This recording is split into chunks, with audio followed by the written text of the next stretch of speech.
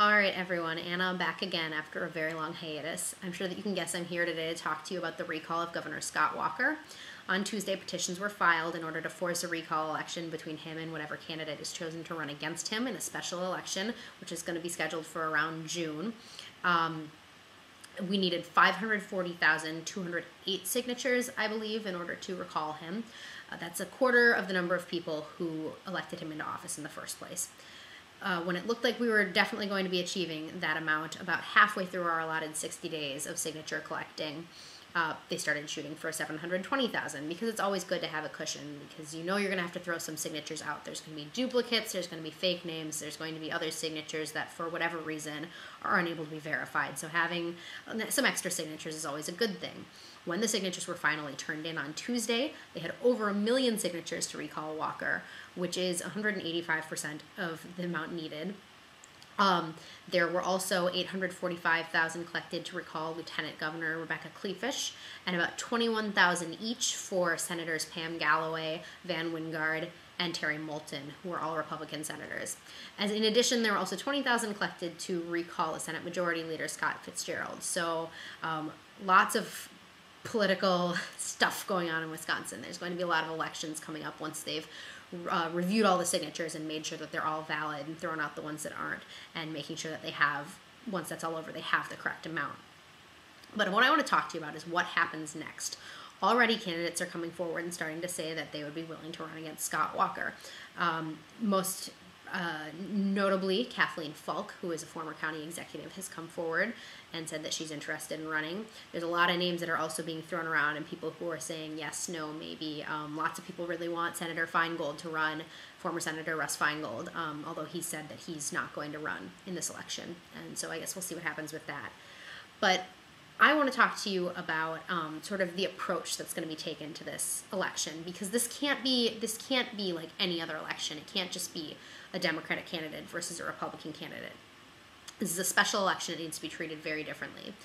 Former Congressman Dave Obey put out a very powerful note today that I think is incredibly important for people to hear, and it sort of mirrors my take on this issue. He said, you think that you've got it under lock and key, that he's going to be out of office because you've got 1 million signatures, and I'm here to tell you that's not the case. Not any Democrat is going to be able to defeat Scott Walker. We have to handle this with extreme care, and we have to find someone who has a broad appeal, which I completely agree with. And I think that it's a very sobering tone to take, but it's a very important one to keep in mind.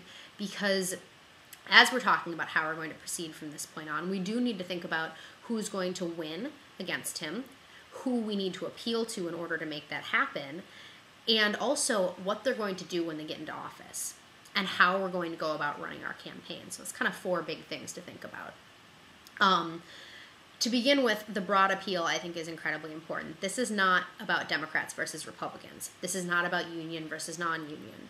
This is not about splitting things down party lines or ideological lines. This is about the people of Wisconsin who have been hurt by the laws passed by this legislature, who have been hurt by all of the things that have been forced through, standing up and saying, no, this is wrong. And that's what they did by collecting these signatures. There were thousands of volunteers standing out in the snow, in the sleet, in the rain, in the sun, cold, warm, everything, holidays, putting up with all this stuff in order to collect enough signatures to recall him. This is the people of Wisconsin's fight, not the Democratic parties. This is not about a power grab by the Democrats to try and take control away from the Republicans. And I think it's very important that we approach this election in a way that expresses that, because it could very easily turn into something completely different and just be another political game that just doesn't benefit the citizens of Wisconsin at all. And I think that's a very legitimate concern. So when people are coming forward and saying that they want to run, one of my major concerns is, 1, what are their reasons for running? Are they running because they want to hold a higher office, or are they running because they really feel strongly about this?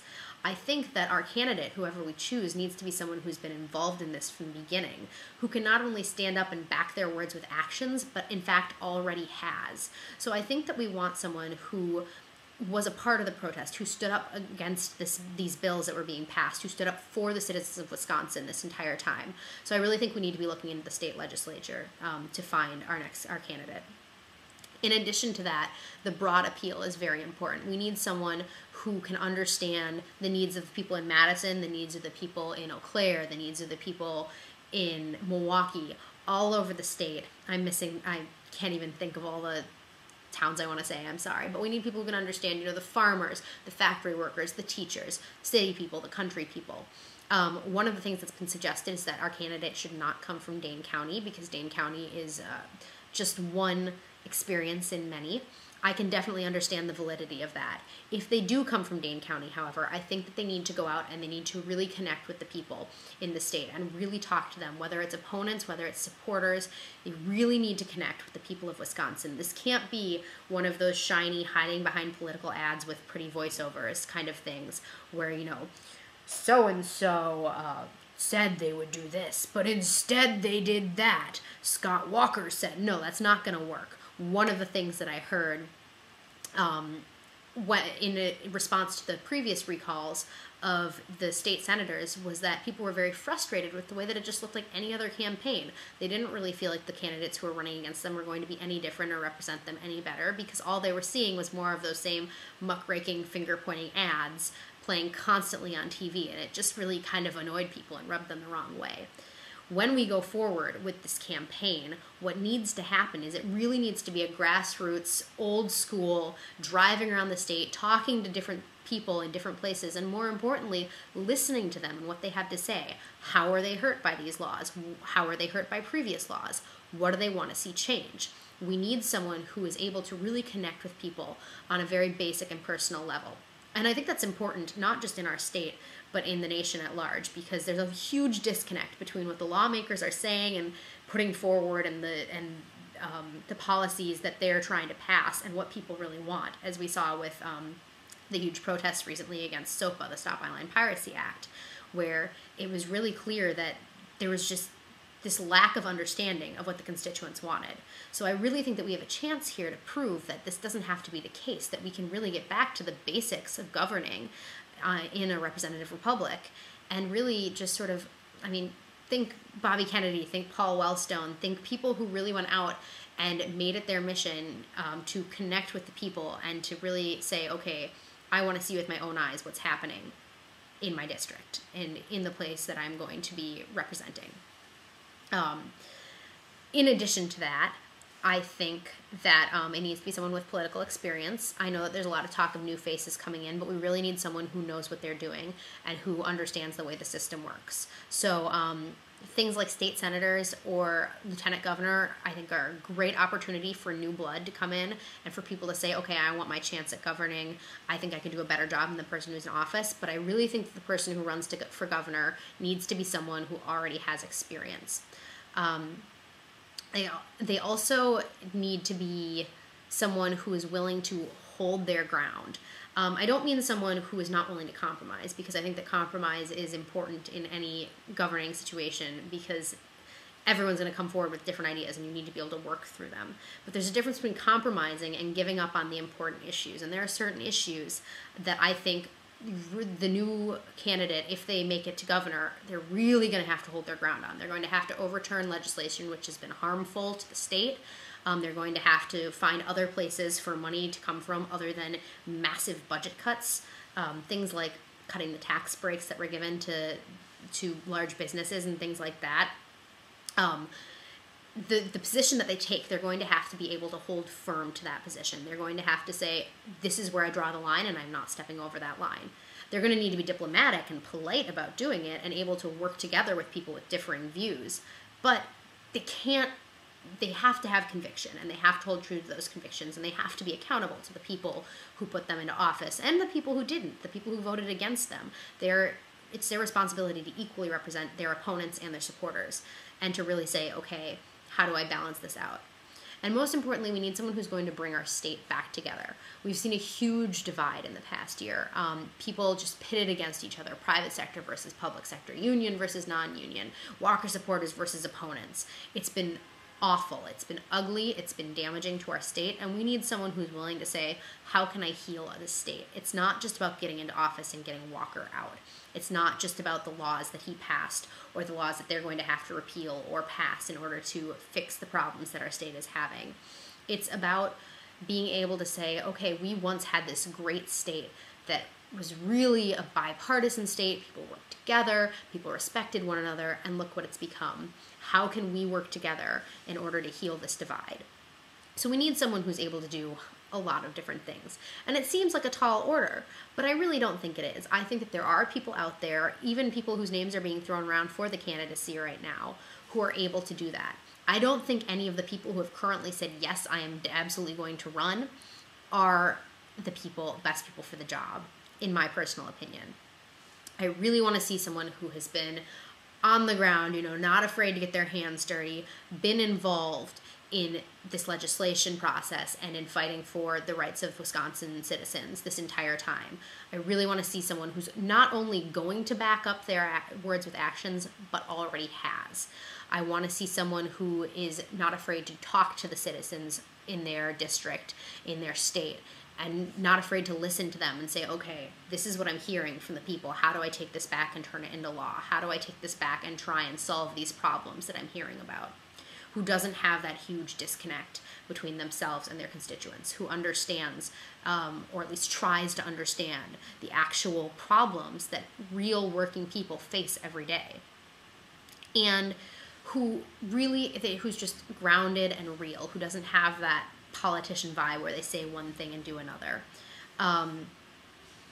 This is a huge chance for us. It's a chance for us to show the rest of the country that this can be done, that concerned citizens can take a stand and make a difference, and that we can really have government who listens to us once again. And it's not this constant battle of just one side versus another, of just the Democrats trying to undermine the Republicans and vice versa, and of endless compromises that don't really do any good, and of people just passing bad laws in order to pass laws and to get things done quickly. There's a reason that Congress, the U.S. Congress, disapproval rating is at 84% right now, and it's the constant bickering between the parties and the fact that they're just not getting anything done that actually benefits the people, or at least that's the way it's feeling. So I really think we have a chance here to go out and make a difference in our state and just make a statement to the national level and elect someone who will be so good and will really sort of bring the state back to a place where it's a financially viable state to live in, and who will just do the best job they possibly can. But it really is up to the people who are running this campaign and running this election to say, okay, we cannot run this like any other election. This cannot be a political play. This cannot be